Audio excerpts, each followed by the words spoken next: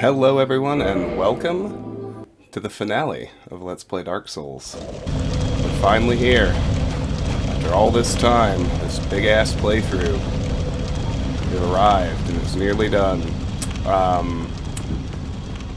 So, all that's left is to confront Lord Gwyn. I'm gonna recap the achievements one more time. I did get all of the weapon upgrade achievements. At this moment, I am missing 6. I'm sitting at 35 out of 41. If you followed this guide if you followed this playthrough exactly, with the one exception of not fucking up on,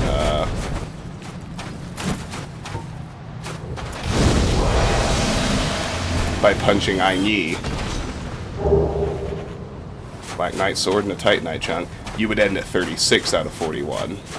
I am missing Bond of a Pyromancer, which I could have gotten had I bought Toxic Mist from Yi and not accidentally punched him. I am missing Knight's Honor, which you cannot get in a single playthrough. You can't even get it in 2. It requires,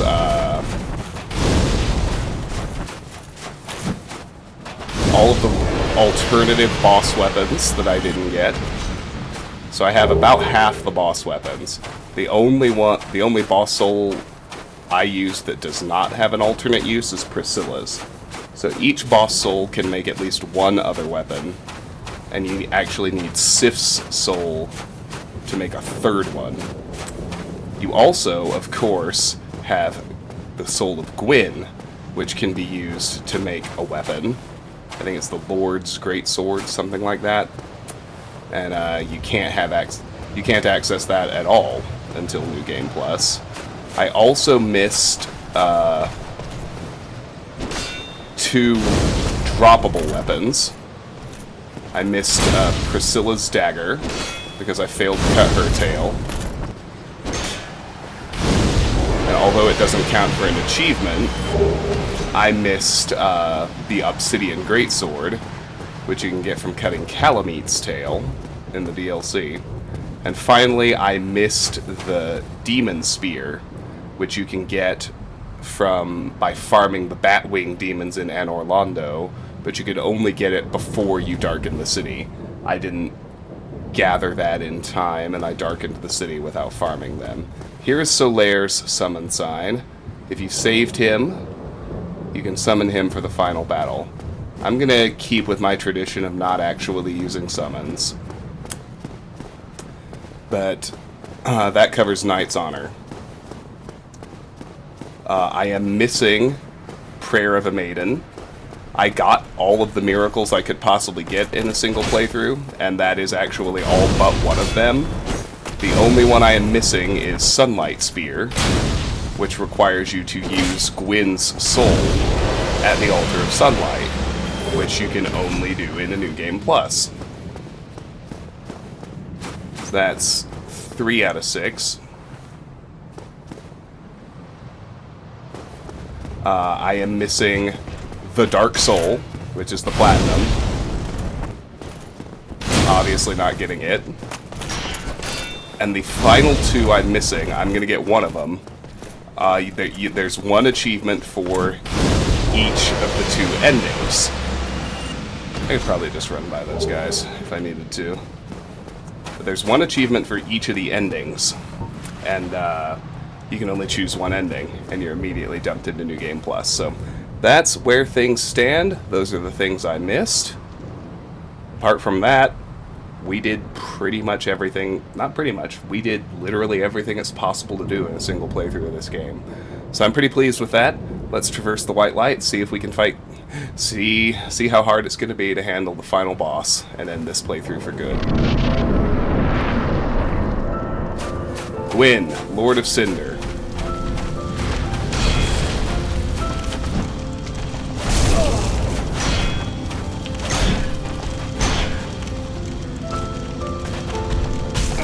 Oh, he's got a grab.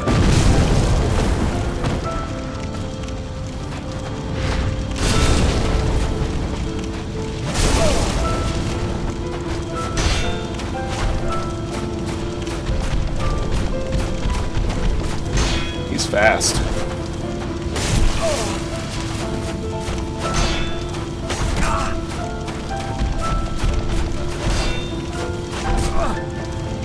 Wonder if my spells even do anything to him.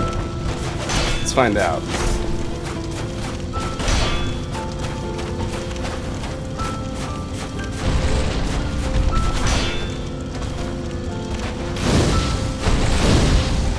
Oh yeah.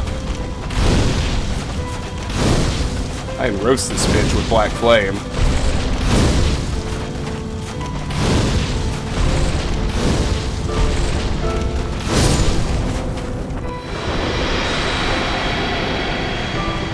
Well, as my girlfriend's 5-year-old son would say, easy peasy lemon squeezy.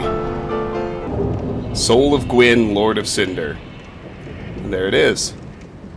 Now we have two choices. When Gwyn dies, you choose your ending. He's worth 70,000 souls. Let's read up on his soul. Contains an incredible power. Soul of the Gwyn, Lord of Sunlight and Cinder, who linked the first flame. Lord Gwyn bequeathed most of his power to the gods and burned as cinder for the first flame. But even so, Lord Gwyn's soul is a powerful thing indeed. So we can go, regardless of what you have said you would do, you can go here and link the first flame if you want to, and get the link the fire ending. But since I'm only going for one, I'm going to go for the Dark Age. I'm going to break the cycle. I'm going to become the Dark Lord. If you want that, all you have to do is leave after you kill Gwyn. And that's what I'm going to do.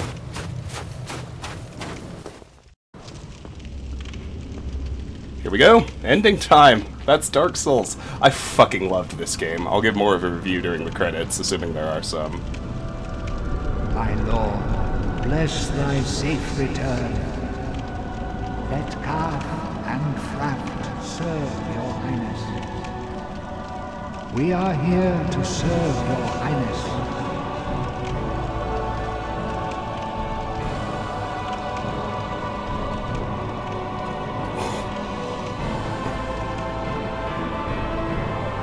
Let true dark be cast upon the world. Our Lord doth returnest.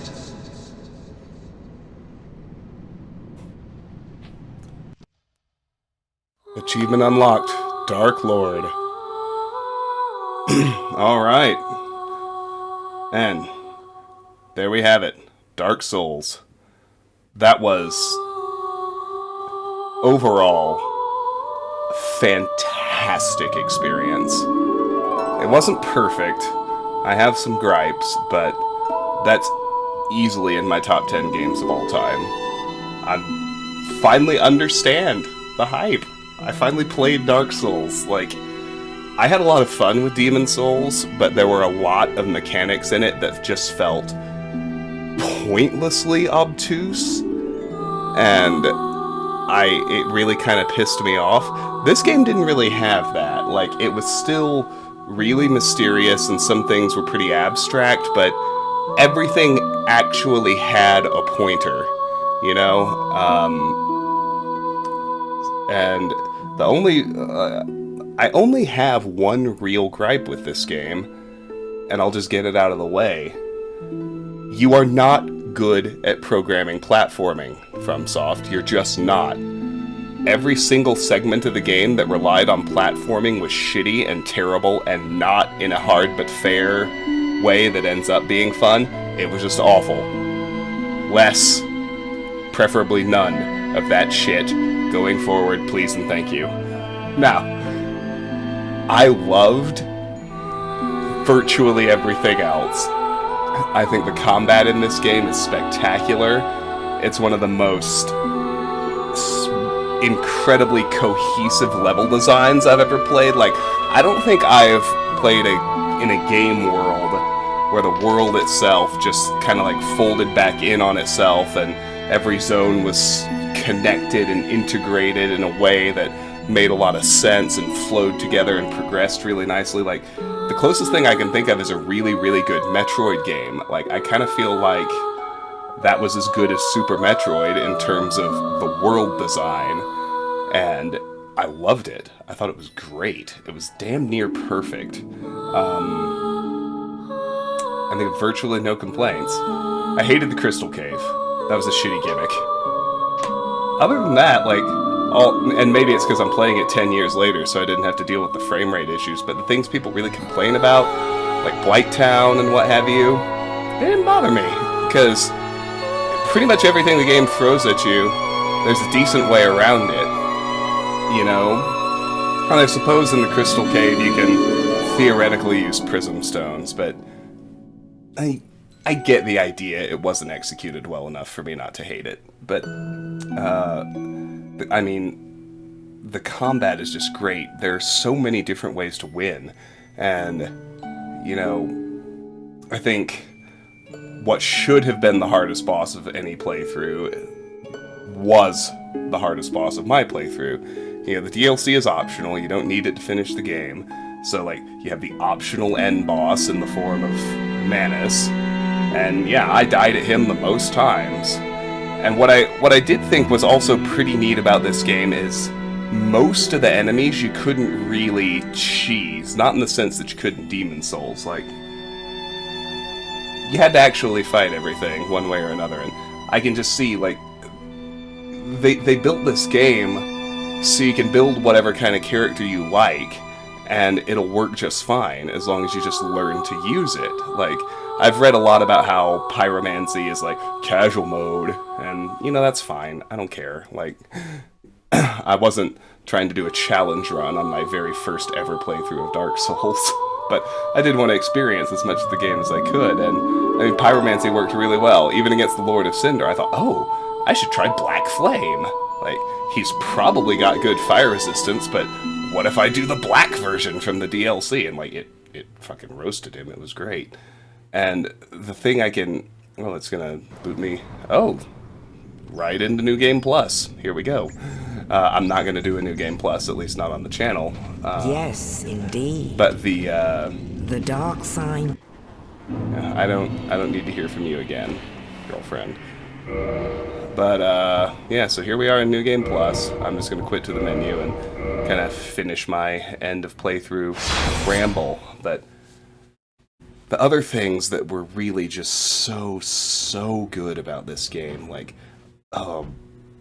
it is a checkpoint system, but it's just such an incredibly good one. Like, I still think that they could tighten up the design on those a little bit. Like, I don't understand the point of making me run through the Crystal Cave every time I want to fight Seath. Like, I get not having a quick save. You know, don't let me whittle his health bar halfway down and then just save scum to get through the boss fight. Like, yeah, okay, make it a checkpoint, I get it, but why make me take 5 minutes running through the garden and through the Crystal Cave every single time I die at it? And, like, that kind of stuff doesn't make sense. And I hope that future games in the series tighten that up a little bit, just because there's a factor here that just becomes annoying and doesn't even add difficulty to the experience. It really just adds irritation and eats time that doesn't need to be eaten.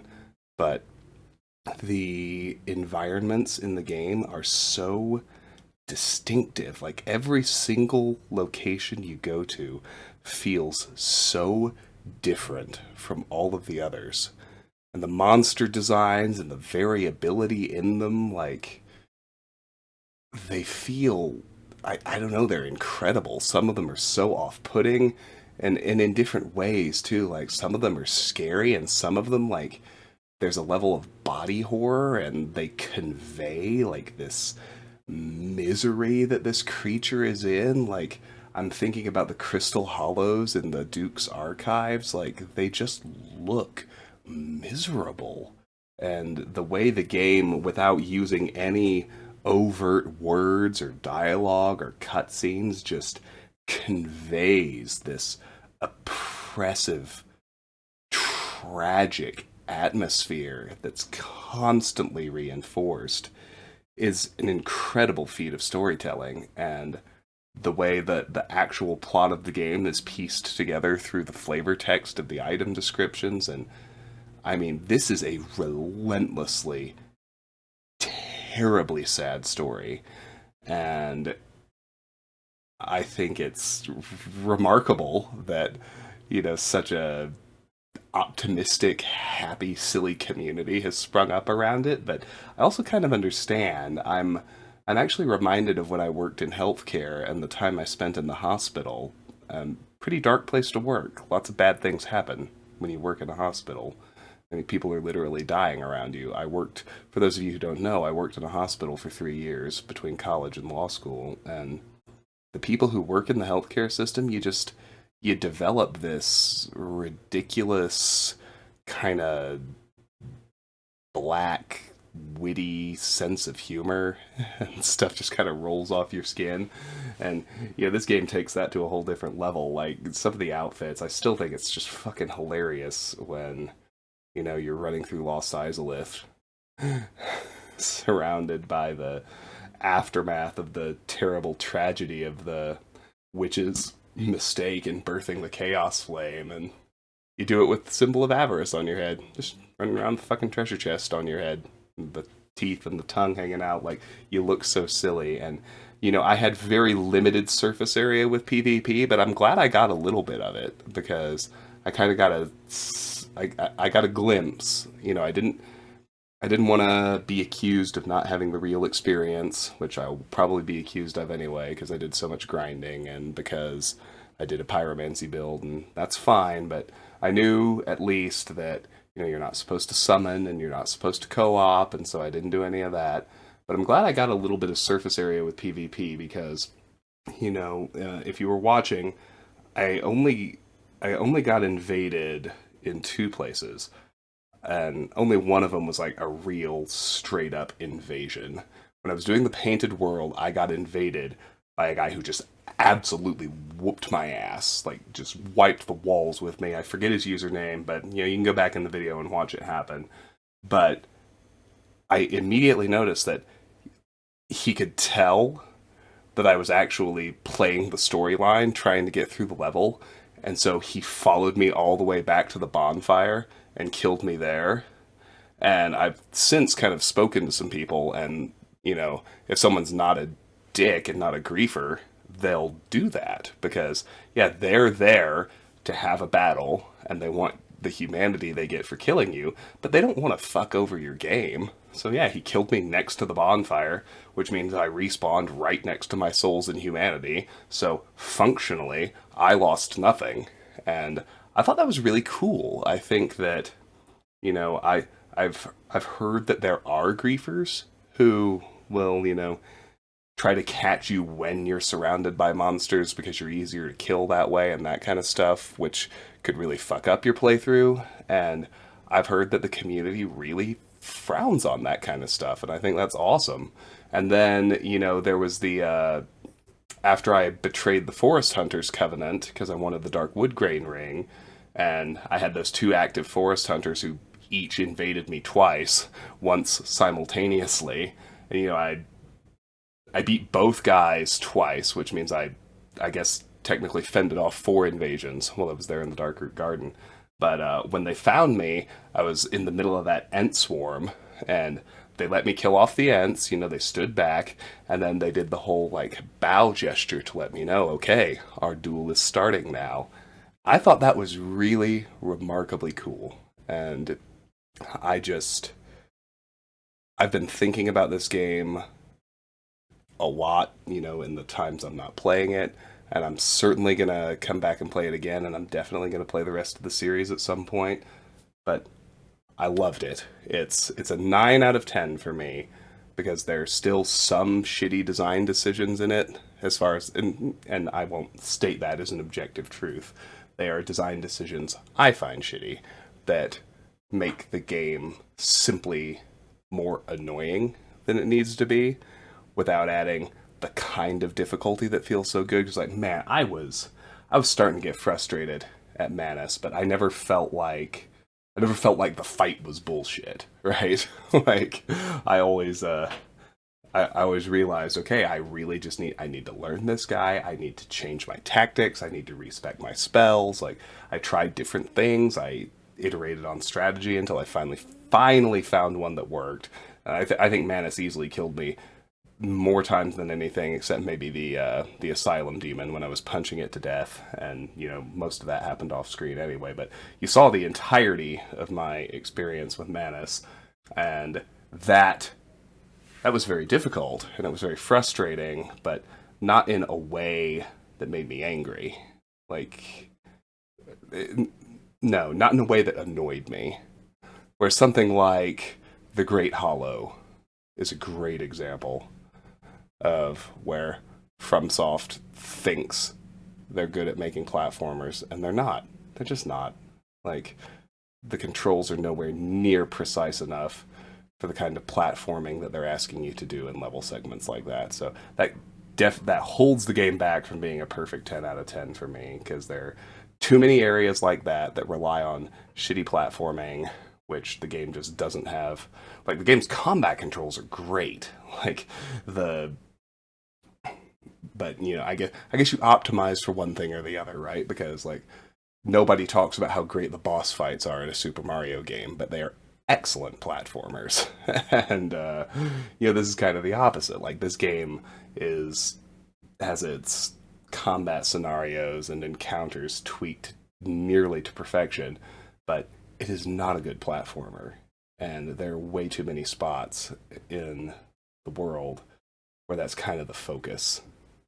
And it's just not well designed for that. So that's my biggest gripe. That holds it to a 9 out of 10. But so much of it is just so good. I loved it. I think about it all the time when I'm not playing it. Just the story it's telling and how sad and tragic it is, and what a good metaphor for life it is. Like, one of the more common comparisons I've heard is that the whole notion of, like, struggling through the game is almost like living with depression, and just knowing that, it's going to be the same thing over and over and over again, and it's not going to get any easier, and you still just keep going back, and you keep on trying, and you bull your way through it. And the idea that giving up is when you finally go hollow. Like, there's a lot of really, really rich stuff to unpack in this game, and all told, I loved it. I loved it. I can't wait to play more FromSoft's games.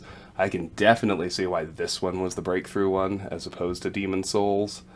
And it's not going to be long before I crack open Dark Souls 2. I'm probably going to take a break from games like this for my next main series. I think I'd like to play a short, cute, bubbly puzzle game of some kind. Just go for a radically different flavor for the slot I choose. Obviously, Patreon is still going on, and that's still Knights of the Old Republic, and that's going to continue until I finish it. But I think I'll do something radically different for my next main series game, and then, but it's not going to be long until I want to go to Dark Souls 2. So thanks for sticking with me through this playthrough. I was 10 years late to the party, but I finally played Dark Souls, and I adored it. It was just so good overall. I can gripe about the platforming endlessly, but the truth is it's an amazing game that deserves all the accolades it gets. And if you're like me and are late to the party, I highly recommend you go pick up. You should probably pick up the remaster, like I said at the beginning. The only reason I did Prepare to Die in 2021 is because I already owned it. It was an old gift. But that's it. Thank you so much for watching this episode and the playthrough in general. If you enjoyed it, I hope you'll give the video a like, and I hope you'll subscribe to the channel to see what I get up to next. If you want to discuss this, the playthrough at large, or any of my other content, the best place is my Discord server. That link is, as always, in the video description. And if you want to support me or the channel, the best way, apart, of course, from liking and subscribing, is through my Patreon page. That link's also in the video description. Patreon supporters get to nominate and vote for the games they would like to see me play. currently working my way through Knights of the Old Republic. Once a game is done, once a game is chosen rather, I play it through all the way to the end with the same level of completionism you've seen in Dark Souls. And then when it's done, I let my supporters pick another.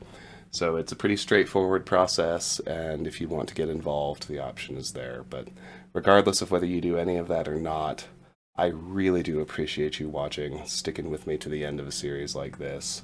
I am grateful for your time and attention. I really hope you have a fantastic day, and I hope I will see you again soon for whatever's next. Take care. Bye-bye.